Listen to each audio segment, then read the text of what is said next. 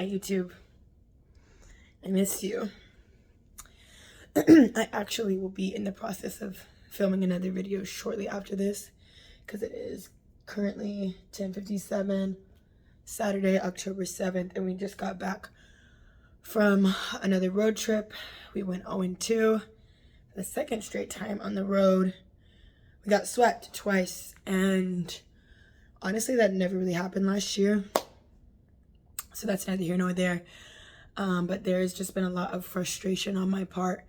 Not necessarily with the losses. I mean, obviously, I am an athlete, I'm a competitor, and I have worked really hard to be really good at what I do, so I do not like to lose, but there's been a lot more frustration directed towards God and what's going on, because I could deal with the losses if I felt like there was some purpose behind it, but I don't.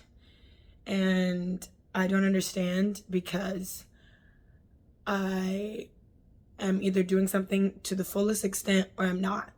I'm giving it 100% or I'm not. I'm either, and when I'm not, that means I'm not doing it, or I'm learning so that I can give it my 100%, even if my starting 100% won't be my ending 100%, if that makes sense. But it's been very difficult for me to try to conceptualize why the Lord has allowed this kind of seesaw, riffraff kind of thing to go on this season, especially given the level of talent and stuff like that. And so I've been talking it out with my mom. I had some choice words today after the match, and I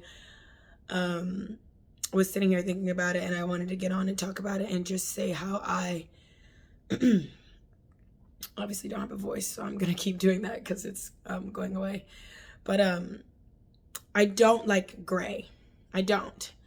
Nothing against the color, honestly. I just don't like gray areas and gray spaces. I've never really been good with the in-between, because it is a space of unknown.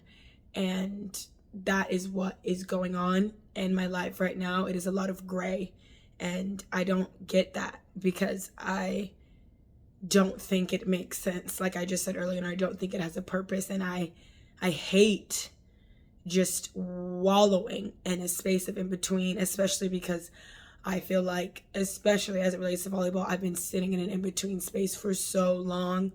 Like my freshman and sophomore year, I was at the beginning, and I feel like since the end of my sophomore year, I've been at the top, or what I thought was the top, and then I've just been going through this gray. Like, it's immensely frustrating because, like I said earlier, I don't feel like it has purpose, and it's just driving me mad because I'm trying to understand, God, why would you give me all this desire, all this skill, all this athleticism, all of these things, and then have me sit still and then not provide an answer, not show your face, not show your hand? Why? Why would you do that? And I'm not saying that God never shows his hand, but in this season, it particularly feels like he's just kind of like, and I'm like, hello? You are the God of the universe. You're not supposed to do that. I'm holding up my end of the deal. Where's your end? And so it's just been extremely frustrating. And a lot of people would say, like, oh, if you're in an in-between space, you're supposed to be learning something. Don't come at me with that. Miss me with that, because I've been looking for lessons. Trust me. I am really good at that. I've actually had to get less good at it because I would do it so much. And the season, or the word for this season of my life that the Lord gave me before I started playing this season of volleyball was rest. And so I'm like, how is this helping me rest? Because I'm pissed off, I'm frustrated, and I'm confused. Like, not confused, I'm just angry. I'm like, this doesn't make any sense. I can't put it together, and I don't want to put it together. I want to know why you're not making better choices, God of the universe. Like, first of all, how that sounds is ridiculous, but that's literally how I feel. And so I'm like, okay, cool, whatever. I'm resting, fine. I'm looking for lessons because I'm trying to be obedient and have a contrite and open heart to the Lord and his Holy Spirit and his hand moving. And I'm sitting here thinking through this after I get out of my shower, which was amazing, coming back from the airport. And I'm like, you know what lesson I've been learning in this is to work through the gray. Because think about it. If you are someone who doesn't like gray like me, you want black or you want white. and it doesn't have to be black or white. It can be, you don't want purple, you want blue or red. Or excuse me, that's not a good example. I don't know what another example would be. But let's say you're trying to get purple and you have to put blue and red together. But before you can get to purple, there has to be this muddling.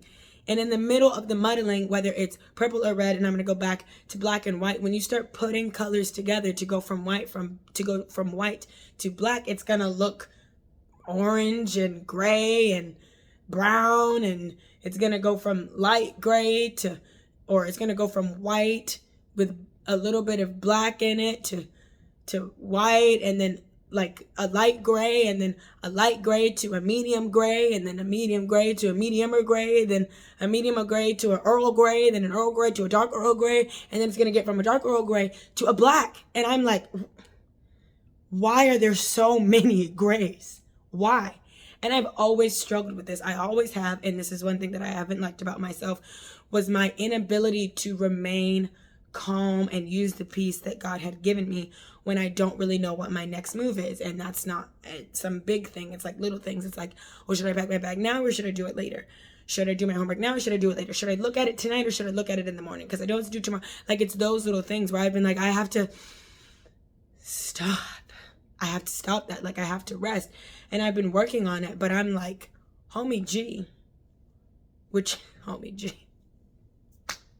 Anyways, what's with all the gray and a space where I feel like, even though I had to work through it, which is everything in life, and because I'm a human and I'm not perfect, and I'm referring to volleyball, I've had to work through a lot of things, but I feel like I've always been black or white. I've been committed or not committed. I've been aware or I've been ignorant. And when I was ignorant about something that you wanted me aware about, I went from ignorant to aware. And so I'm like, why are you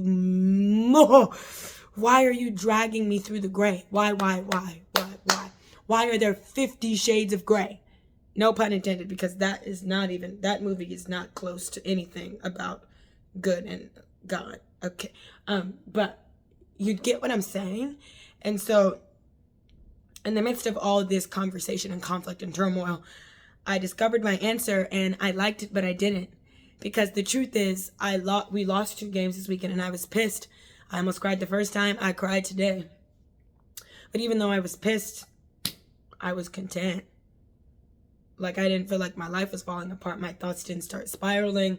I didn't feel like God didn't have a plan or something like that. I've never felt like that this is the end. These losses are going to be a predictor of the rest of our season, which is some things that I've heard or seen or felt in the past, which would have been true in the past. So, like, I still have hope, but it's almost like I don't want to. Like, I know that sounds crazy, but, like, do you get me? Like, I want to have hope. Obviously, it's the center of my life. It's the reason I'm alive. It's the reason I'm so successful in everything that I do. But it's like, I'm kind of pissed.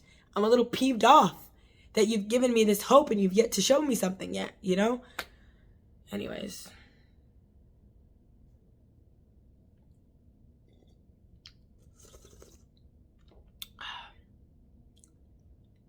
I'm going to drink my wine and go to bed. Maybe I'll talk to you tomorrow. I don't know. But that's all I have for now. And I lost my water bottle. I think it might have slid out in the van that I was asleep in on the way from Fort Collins to Denver. Anyways, I lost it. It wasn't worth anything. It was given to me. But now I kind of think I want a Stanley. Like, that's so anti-me. I don't do anything that's really, like, popular, honestly. You know what I'm saying? Like, I like to do my own thing. And now I'm like, oh, I want a Stanley. So I might have a Stanley the next time you see me. Yeah, I'm going to end this here. Hope you enjoyed this video journal. Hope it showed you that even in the consistencies of what God presents in life and what you see, like, rude, my phone stopped recording.